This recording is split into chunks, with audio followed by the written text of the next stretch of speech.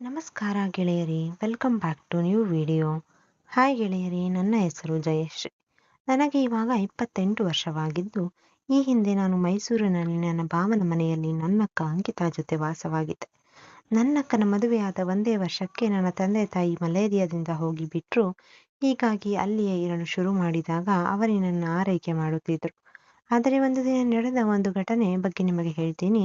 ಇವಾಗ ನೇರವಾಗಿ ಕತೆಗೆ ಹೋಗೋಣ. ನಾವು ವಾಸವಾಗಿದ್ದು ಬಾಡಿಗೆ ಮನೆಯಲ್ಲಿ. ಅದಕ್ಕೆ ಕೇವಲ 2 ಕೋಣೆಗಳಿದ್ದವು. ನಾನು BBA ಓದುವಾಗ ಅವರ ಮನೆಯಲ್ಲಿ ಉಳಿದುಕೊಂಡಿದ್ದೆ. ಹೊರಗಿದ್ದರೂ ಊಟಕ್ಕೆ ತಿಂಡಿಗೆ ಕಷ್ಟ ಆಗುತ್ತೆ ಅಂತ ಅವರು ನನ್ನನ್ನು ಮನೆಯಲ್ಲೇ ಇರಿಸಿಕೊಂಡಿದ್ದರು. ಅಲ್ಲದೆ ಸಿಟಿಯಿಂದ ಒಬ್ಬಂಟಿಯಾಗಿ ಇರೋದು ಕಷ್ಟ ಅಂತ ನಾನು ಕೂಡ ಸರಿ ಅಂತ ಹೇಳಿದ್ದೆ.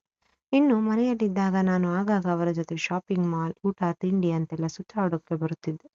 ಹೀಗೆ ಒಂದಿಷ್ಟು ದಿನಗಳು ಕಳೆದ ಬಳಿಕ ಅಂಕಿತಾ ಗರ್ಭಿಣಿಯಾಗಿ ಮೇಲಿಂದ ಮೇಲೆ ಚೆಕಪ್‌ಗಾಗಿ ಆಸ್ಪತ್ರೆಗೆ ಕರೆದುಕೊಂಡು ಹೋಗಬೇಕಿತ್ತು. ಅದನ್ನೆಲ್ಲ ನಾನೇ ಮಾಡುತ್ತಿದ್ದೆ. ಸಿಟಿಯಲ್ಲಿ ಸುತ್ತಾಟ ಒಂದು ವಿಷಯದ ಅನುಭವ ನೀಡುತ್ತಿತ್ತು. ಗಲಭೆಯ ನಡುವೆ ಹೊಸ ಸ್ಥಳಗಳ ಹುಡುಕಾಟ, ಸುಂದರ ವಾತಾವರಣ ಮನಸ್ಸಿಗೆ ಸಂತೋಷ ನೀಡುತ್ತಿತ್ತು. ಸುತ್ತಲಿನ ಉದ್ಯಾನವನ ಶಾಂತಿಯನ್ನು ನೀಡುವುದರ ಜೊತೆಗೆ ಸುತ್ತಲಿನ ಜನರ ವಿವಿಧ ಸಂಸ್ಕೃತಿಯನ್ನು ಗಮನಿಸಿ ಸಂತೋಷ ಪಡಬಹುದಿತ್ತು. ಇನ್ನು ನಾನು ಈ ಮನೆಗೆ ಬಂದು ಸೇರುವ ಮೊದಲು ನನ್ನ ಭಾವನೆಯವರಿಗೆ ನನ್ನನ್ನು ಮನೆಗೆ ಇಟ್ಟುಕೊಳ್ಳುವುದು ಬೇಡ ಎನ್ನುವ ಯೋಚನೆ ಇತ್ತು. ಅದನ್ನು ನನಗೆ ಆಮೇಲೆ ಅವರೇ ಹೇಳಿದ್ದರು. ಹೀಗಾಗಿ ಅವರು ಮೊದಲಿಗೆ ನನ್ನೊಂದಿಗೆ ಸರಿಯಾಗಿ ಮಾತನಾಡುತ್ತಿರಲಿಲ್ಲ. ಆಮೇಲೆ ತಿಂಗಳು ಕಳೆದಂತೆ ನಾನು ಮನೆಯ ಕೆಲಸವನ್ನು ಮಾಡುತ್ತಾ ನೆರವಾಗುತ್ತಿದ್ದರಿಂದ ಅವರಿಗೂ ನಾನು ಮನೆಯಲ್ಲಿದ್ದರೆ ಸರಿ ಎನ್ನುವುದು ಗೊತ್ತಾಯಿತು. ಇನ್ನು ಅಂಕಿತಾ ಮನೆ ಕೆಲಸ ಮಾಡಿ ಸುಸ್ತಾಗುತ್ತಿದ್ದರಿಂದ ಬೇಗನೆ ಊಟ ಮಾಡಿ ಮಲಗುತ್ತಿದ್ದರಿಂದ ಭಾವನವರಿಗೆ ಬೇಕಾಗಿದ್ದು ಮಾತ್ರ ಸಿಗುತ್ತಿರಲಿಲ್ಲ. ಮೊದಲೇ ಆಫೀಸಿಂದ ಲೇಟಾಗಿ ಬರುತ್ತಿದ್ದ ಅವರು ಸ್ವಲ್ಪ ಬೇಜಾರಿನಲ್ಲಿ ಇರುತ್ತಿದ್ದ. ಆದರೆ ಅವನಿಗೆ ಒಂಟಿತನ ಕಾಡುತ್ತಿತ್ತು ಅನ್ಸುತ್ತೆ. ಒಂಟಿ ಜೀವನದಲ್ಲಿ ಸಂಪೂರ್ಣ ಸ್ವಾತಂತ್ರ್ಯವಿದ್ದರೂ ಕೆಲವೊಮ್ಮೆ ಏಕಾಂಗಿತನ ಕಾಡುತ್ತೆ. ನಾವು ಎಲ್ಲಿಯೇ ಇದ್ದರೂ ಕೂಡ ನಮ್ಮದೇ ಆದ ಜವಾಬ್ದಾರಿಗಳನ್ನು ನಿರ್ವಹಿಸಬೇಕು. ಮನಸ್ಸಿನ ಭಾವನೆಗಳನ್ನು ಹಂಚಿಕೊಳ್ಳಲು ಸ್ನೇಹಿತರು ಅಥವಾ ಕುಟುಂಬಸ್ಥರು ಹತ್ತಿರ ಇದ್ದಿಲ್ಲ. ಆ ಸವಾಲುಗಳನ್ನು ಮೀರಲು ಅವರಿಗೆ ಆಗಲಿಲ್ಲ. ಅವರು ಯಾವಾಗಲೂ ಒಂದು ಥರ ಬೇಸರದಲ್ಲಿ ಇರುತ್ತಿದ್ದರು. ಅದಕ್ಕೆ ಕಾರಣ ಇಷ್ಟೇ. ಹೊರಗಡೆ ಕಂಪನಿಯಲ್ಲಿ ದುಡಿದು ಬಂದ ಮೇಲೆ ಅವರನ್ನು ಕಾಳಜಿಯಿಂದ ನೋಡಿಕೊಳ್ಳಬೇಕಾಗಿರುವುದು ಮನೆಯವರ ಕರ್ತವ್ಯ. ಆದರೆ ನಮ್ಮ ಮನೆಯಲ್ಲಿ ಹಾಗೆ ಇರಲಿಲ್ಲ. ಮನಸ್ಸಿಗೆ ದುಃಖವಾದಾಗ ಹೇಳಿಕೊಳ್ಳಲು ಒಬ್ಬ ವ್ಯಕ್ತಿ ಬೇಕಿತ್ತು. ಆದರೆ ಅಂಕಿತಾ ಮಾತ್ರ ಅವರ ಬಗ್ಗೆ ಜಾಸ್ತಿ ತಲೆ ಕೆಡಿಸಿಕೊಳ್ಳದೆ ತನ್ನ ಪಾಡಿಗೆ ತಾನು ಇರುತ್ತಿದ್ದರಿಂದ ಅವರಿಗೆ ಅನಾಯಾಸವಾಗಿ ಒಂಟಿತನ ಕಾಡುತ್ತಿತ್ತು. ಇನ್ನು ಕೆಲವೊಮ್ಮೆ ಮಾತ್ರ ಅವರಿಬ್ಬರು ಸಾಕಷ್ಟು ಸಂತೋಷವಾಗಿ ಇರುತ್ತಿದ್ದರು. ಅದು ಹೇಗೆ ಅಂತ ಹೇಳ್ತೀನಿ ಕೇಳಿ. ಕೆಲವೊಮ್ಮೆ ನಾನು ಓದುತ್ತಾ ಕೂತಿದ್ದಾಗ ಅವರ ಕೋಣೆಯಿಂದ ಬರುವ ವಿಚಿತ್ರ ಶಬ್ದಗಳು ಕೇಳಿ ಅಲ್ಲಿ ನಡೆಯುತ್ತಿದೆ ಎಂಬುದು ನನಗೆ ಗೊತ್ತಿತ್ತು. ನನ್ನ ಹಣೆಬರಹಕ್ಕೆ ಯಾವ ಯುವಕ ಕೂಡ ನನಗೆ ಬಿದ್ದಿರಲಿಲ್ಲ. ಹೀಗಾಗಿ ನಾನು ಕೂಡ ಗೆಳೆಯನಿಲ್ಲದ ಕಾರಣ ಆಗಾಗ ಬೆರಳು ಬಿಟ್ಕೊಂಡು ಸಮಾಧಾನ ಪಟ್ಕೊಳ್ತಿದ್ದೆ. ಕೆಲವೊಮ್ಮೆ ಹೊರಗೆ ಚೆಲ್ಲುವವರೆಗೂ ಸಮಾಧಾನ ಮಾಡಿಕೊಳ್ಳುತ್ತಿದ್ದೆ. ಇನ್ನು ನನ್ನ ಭಾವ ತುಂಬಾ ಒಳ್ಳೆಯ ಮನುಷ್ಯ. ಅವರು ನನ್ನ ಬಗ್ಗೆ ಕಾಳಜಿ ವಹಿಸುತ್ತಿದ್ದರು. ನನಗೆ ಬೇಕಿದ್ದನ್ನೆಲ್ಲ ತಂದು ಕೊಡುತ್ತಿದ್ದರು. ಅವರು ಈ ಒಳ್ಳೆಯತನವೇ ನನ್ನ ಮನಸ್ಸನ್ನು ನಿಧಾನವಾಗಿ ಅವರ ಸೆಳೆಯುವಂತೆ ಮಾಡಿತು. ಅವರ ಮೇಲೆ ನನಗೆ ಗೊತ್ತಿಲ್ಲದೆ ಒಂದು ವಿಚಿತ್ರವಾದ ಭಾವನೆ ಮೂಡಿತು. ಅವರ ಜೊತೆಗಿನ ಮಾತು, ಉತ್ತಮ ಬಾಂಧವ್ಯದಿಂದಾಗಿ ನನ್ನ ಮನಸ್ಸು ನಿಧಾನವಾಗಿ ಪರಿವರ್ತನೆಯಾಗಿತ್ತು. ಹೀಗೆ ಇದ್ದಾಗಲೇ ಅದಕ್ಕೆ ಪೂರಕವಾಗಿ ಒಂದು ದಿನ ಒಂದು ಘಟನೆ ನಡೆದು ಬಿಟ್ಟಿತು. ಒಂದು ದಿನ ನಾನು ಬೆಳಗ್ಗೆ ಅವತ್ತು ಮೈ ಮೇಲೆ ನೀರು ಹಾಕಿಕೊಳ್ಳಲು ಹೋಗಿದ್ದೆ. ನಾನು ಪ್ರತಿದಿನದಂತೆ ಆರಾಮವಾಗಿ ನೀರು ಹಾಕಿಕೊಳ್ಳಬೇಕಾದರೆ ನನ್ನ ಆಫೀಸಿನ ಕೆಲಸಕ್ಕೆಂದು ಹೊರಟಿದ್ದ ಭಾವನವರು ಅರ್ಚನಕ್ಕಾಗಿ ಅವರು ನನ್ನ ಕೋಣೆಗೆ ಬಂದಿದ್ದರು. ಒಳಗೆ ನೀರಿನ ಶಬ್ದ ಕೇಳಿ ನಳ ಬಂದು ಮಾಡಲು ಬಂದುಬಿಟ್ರು. ಕೂಡಲೇ ಅವರು ಬಾಗಿಲು ತಳ್ಳಿದೆ ತಡ ನಾನು ಶಬ್ದ ಅಂತ ನೋಡಿದರೆ ಅವರು ಬಂದಿದ್ರು. ನಾನು ಕೂಡಲೇ ಗಾಬರಿಯಿಂದ ಅರಿವೆಯನ್ನು ಸುತ್ತಿಕೊಂಡೆ. ಭಾವ ಕೂಡ ನನ್ನನ್ನು ನೋಡಿ ಗಾಬರಿಯಿಂದ ಏನು ಮಾತನಾಡದೆ ಹೊರಟು ಹೋದರು. ಮನೆಯಲ್ಲಿ ನಮ್ಮ ನಡುವೆ 3-4 ದಿನ ಮಾತುಕತೆ ಇರಲಿಲ್ಲ. ಇದ್ದರೂ ಕೂಡ ಅಷ್ಟಕ್ಕಷ್ಟೇ ನಡೀತಾ ಇತ್ತು. ಯಾಕಂದ್ರೆ ಆ ಘಟನೆಯಿಂದಾಗಿ ಇಬ್ಬರಿಗೂ ಏನೋ ಸ್ವಲ್ಪ ಗೊಂದಲದ ಭಾವನೆ ಇತ್ತು. ಆದರೆ ಹೀಗೆ ಇದ್ದಾಗಲೇ ಮುಂದೆ ನಡೆದ ರೋಚಕ ಘಟನೆ ನಡೆದಿತ್ತು. ಅದೇನು ಅಂದರೆ ಭಾವನನ್ನು ನೋಡಿದ ಕೂಡಲೇ ಅವರ ಬಗ್ಗೆ ನನಗೆ ಬೇರೆ ಭಾವನೆಗಳು ನಿಧಾನವಾಗಿ ಮೂಡತೊಡಗಿದ್ದವು. ನನಗೆ ಗೊತ್ತಿಲ್ಲದ ಅವರ ಬಗ್ಗೆ ಜಾಸ್ತಿ ಯೋಚನೆ ಮಾಡ್ತಾ ಇದ್ದೆ. ಅವರ ಮೇಲಿನ ಒಂದು ತರಹದ ಭಾವನೆ ನನ್ನ ಮನಸ್ಸಿನಲ್ಲಿ ನಿಧಾನವಾಗಿ ಬೆಳೆದಿತ್ತು. 3-4 ದಿನ ಏಕೋ ನನಗೆ ಕಾಲೇಜಿನಲ್ಲಿ ಕೂರಲು ಸಾಧ್ಯ ಆಗ್ತಾ ಇಲ್ಲ. ಆದಷ್ಟು ಬೇಗ ಮನೆಗೆ ಬಂದು ಟಿವಿ ನೋಡ್ತಾ, ಮೊಬೈಲ್ ನೋಡ್ತಾ ಸಮಯ ಹಾಳು ಮಾಡುತ್ತಿದ್ದೆ.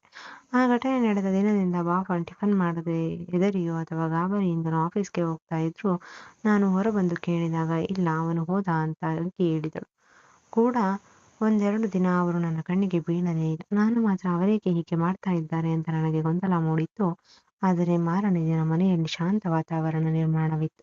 ಆ ದಿನ ರವಿವಾರ ಕೂಡ ಇತ್ತು. ಎಲ್ಲರೂ ಟಿಫನ್ ಕೂತಾಗ ಅಂಕಿತ, ಯಾಕೆ ನೀವಿಬ್ರು ಇವತ್ತು ಏನು ಮಾತಾಡ್ತಾ ಇಲ್ಲ? ಮೊದಲೆಲ್ಲ ಚೆನ್ನಾಗೇ ಇದ್ರಿ, ಇವತ್ತೇನಾಗಿದೆ ಎಂದಾಗ ಇಬ್ಬರು ಗಾಬರಿಯಿಂದ ಮುಖ ನೋಡ್ತಾ ಹಾಗೇನಿಲ್ಲ ಎಂದ್ರು. ಸಾಯಂಕಾಲದವರೆಗೆ ಹೀಗೆ ಎಲ್ಲ ನಡೀತಾ ಇತ್ತು. ಅಂಕಿತ ಸಾಯಂಕಾಲ ವಾಕಿಂಗ್ಗೆ ಅಂತ ಹೋದಾಗ ನಾನು ಮತ್ತು ಅವರು ಮಾತ್ರ ಮನೆಯಲ್ಲಿದ್ದೆವು. ನಾನು ಅವತ್ತು ಧೈರ್ಯ ಮಾಡಿ ಅವರಿಗೆ ಟೀ ಕೊಡೋಕೆ ಅಂತ ಹೋದಾಗ ಅವರ ಕೈ ನನಗೆ ತಾಗಿದ್ದು ಮೈಯೆಲ್ಲ ಜುಮ್ ಎಂದಿತ್ತು. ಆದರೆ ನನಗೆ ಆಸಕ್ತಿ ಜೊತೆಗೆ ಸ್ವಲ್ಪ ಭಯವೂ ಆಗಿತ್ತು. ಹಾಗಾಗಿ ಅದನ್ನು ಯಾರಿಗೂ ಹೇಳಲಿಲ್ಲ. ಆದರೆ ಭಾವ ಮಾತ್ರ ನನ್ನನ್ನು ನೋಡದೆ ಬೇರೆಡೆ ನೋಡ್ತಾ ಇದ್ರು. ಅವರು ಆ ಸೌಂದರ್ಯವನ್ನು ನೋಡ್ತಾ ಇದ್ರು. ಆಗ ನಾನು ತುಸುನಕ್ಕು ಸುಮ್ಮನಾದೆ. ಅವರು ಕೂಡ ತುಸುನಕ್ಕು ಸುಮ್ಮನಾದ್ರು. ಅವರಿಗೂ ಏನು ಬೇಕಾಗಿತ್ತು ಎನ್ನುವುದು ನನಗೆ ಗೊತ್ತಿತ್ತು. ಅವರಿಗೆ ಜೀವನದಲ್ಲಿ ಮರೆಯಾಗಿದ್ದ ಸಂತೋಷ, ಆನಂದವನ್ನು ಅವರು ವಾಪಸ್ಸು ಪಡೆಯುವ ತವಕದಲ್ಲಿ ಇದ್ದರು ಎನ್ನುವುದರ ಬಗ್ಗೆ ನೋಟದಿಂದ ನನಗೆ ಗೊತ್ತಾಗಿತ್ತು. ಆದರೆ ನಾನು ಮಾತ್ರ ಯಾವುದಕ್ಕೂ ಕೂಡ ಅವಸರ ಮಾಡುವಂತೆ ಇರಲಿಲ್ಲ. ಯಾಕಂದ್ರೆ ಎಲ್ಲರ ಜೀವನದ ಬಗ್ಗೆ ನಾನು ನಿಧಾನವಾಗಿ ಯೋಚಿಸಬೇಕಿತ್ತು. ಅವತ್ತು ಹೀಗೆ ಹೋಯಿತು. ಸಾಯಂಕಾಲ ಎಲ್ಲರ ಊಟ ಮಾಡಿದ ನಂತರ ಎಲ್ಲರೂ ಮಲಗಿಕೊಂಡು ತಣ್ಣನೆ ಗಾಳಿಯಿಂದಾಗಿ ಅದೇನೋ ಮನಸ್ಸಿಗೆ ಹೊಸ ಭಾವನೆಯೊಂದು ಮೂಡಿತು. ಟ್ರಾಫಿಕ್ನ ಗದ್ದಲ ಹಿಡಿದು ಎಲೆಗಳ ಶಬ್ದ ಕೇಳಿಸುವಂತ ಶಾಂತವಾದ ಸೃಷ್ಟಿಯಾಗಿತ್ತು. ಆದರೆ ಈ ಶಾಂತ ವಾತಾವರಣವು ಕೆಲವೊಮ್ಮೆ ಸಿಟಿಯಿಂದ ಉಬ್ಬಂಟಿ ಜೀವನ ನೆನಪನ್ನು ತರುತ್ತದೆ. ಸ್ವಾತಂತ್ರ್ಯವಿದ್ದರೂ ಭಾವನೆಗಳ ಕೊರತೆಯನ್ನು ಹಂಚಿಕೊಳ್ಳಲು ಯಾರೂ ಇಲ್ಲ ಎಂಬ ಭಾವನೆ ನನಗೆ ಬರ್ತಾ ಇತ್ತು. ನಾನು ಅವತ್ತು ನನ್ನದೇ ಆಲೋಚನೆಗಳಲ್ಲಿ ಮುಳುಗಿ ಹೊಸ ಅವಕಾಶಗಳಿಗೆ ಸಿದ್ಧವಾಗಿದ್ದೆ. ಅವತ್ತಿನ ಗಾಳಿಯ ಆಂತರಿಕ ಶಕ್ತಿಯನ್ನು ಹೆಚ್ಚಿಸಲು ನಿರಾಳತೆಯನ್ನು ನನ್ನಲ್ಲಿ ಮೂಡಿತು. ಮಾರನೇ ದಿನ ಅಂಕಿತ ಎದ್ದು ವಾಕಿಂಗ್ ಹೋದಾಗ ನಾನು ಬೇಗನೆ ಎದ್ದು ಅವತ್ತು ನೀರು ಸುರಿದುಕೊಳ್ಳೋಕೆ ಅಂತ ಹೋದೆ. ನಾನು ಅವತ್ತು ಕೂಡ ಮೊನ್ನೆ ರೀತಿ ಎಲ್ಲವೂ ತಾನಾಗಿಯೇ ನಡೆಯುವಂತೆ ಘಟನೆಯನ್ನು ಸೃಷ್ಟಿ ಮಾಡಿದ್ದೆ. ನಾನು ಹೋಗಿ ಬರುವುದು ಎಂಬ ನನ್ನ ಭಾವ ಬಂದು ನನ್ನ ಕೋಣೆಗೆ ನೋಡಿದಾಗ ನಾನು ಅವತ್ತು ಹೆದರಲಿಲ್ಲ. ಅವರು ಕೂಡ ನನ್ನನ್ನು ಮೊನ್ನೆಯಂತೆ ಗಾಬರಿಯಾಗಿ ಹೋಗಲಿಲ್ಲ. ಆಗ ಅವರು ಅಲ್ಲೇ ನಿಂತರು. ನಾನು ನಿಧಾನವಾಗಿ ಆಚೆ ಬಂದಾಗ ನನಗೆ ತಡೆದುಕೊಳ್ಳಲಾಗಲಿಲ್ಲ. ಆಗ ಅವರು, ನಿನ್ನ ಕಂಡರೆ ನನಗೆ ಇಷ್ಟ ಎಂದು ಹೇಳಿದರು. ಆಗ ನಾನು ಕೂಡ ಅವರಿಗೆ ಹೇಳಿದಾಗ ನನ್ನ ಹೇಳಿಕೆಯಿಂದ ಅವರು ಶಾಕ್ ಆದರು. ಮೊದಲೇ ಹಸಿದ ಹುಲಿಯಂತೆ ಆಗಿದ್ದ ಅವರಿಗೆ ನನ್ನ ಮಾತಿನ ಅರ್ಥ ತಿಳಿಯಿತು.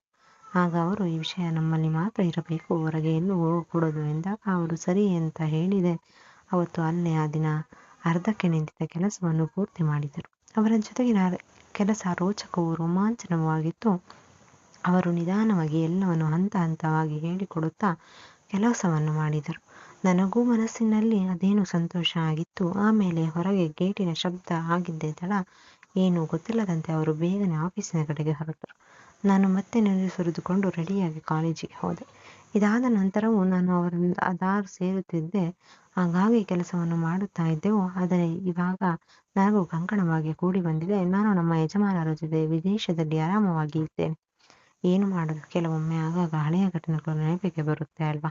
ಅದರ ಜೀವನದಲ್ಲಿ ಕೆಲವು ಘಟನೆಗಳ ಉದ್ದೇಶವಿಲ್ಲದಿದ್ದರೂ ನಡೆದು ಬಿಡುತ್ತವೆ. ನೋಡಿದರಲ್ಲ ಗೆಳೆಯರೇ, ಏನು ಮಾಡಲು ಹೋಗಿ ಏನು ಆಯಿತು ಅಂತ ಎನಿಸಿತು. ಇದು ಗೊತ್ತಿಲ್ಲದೆ ನಡೆದು ಬಿಟ್ಟಿದೆ. ಇಲ್ಲಿಗೆ ಈ ಕತೆ ಮುಗಿಯುತ್ತದೆ. ಸ್ನೇಹಿತರೆ, ನಿಮಗೆ ಈ ಕತೆ ಇಷ್ಟವಾಗಿದ್ದರೆ ಲೈಕ್ ಮಾಡುವುದನ್ನು ದಯವಿಟ್ಟು ಮರೆಯಬೇಡಿ. ಮತ್ತೆ ಇಂತಹ ಇನ್ನಷ್ಟು ಕತೆಗಳಿಗಾಗಿ ನಮ್ಮ ಚಾನಲನ್ನು ಸಬ್ಸ್ಕ್ರೈಬ್ ಮಾಡಿಕೊಳ್ಳಿ. ಮತ್ತೆ ಸಿಗೋಣ. ಧನ್ಯವಾದಗಳು.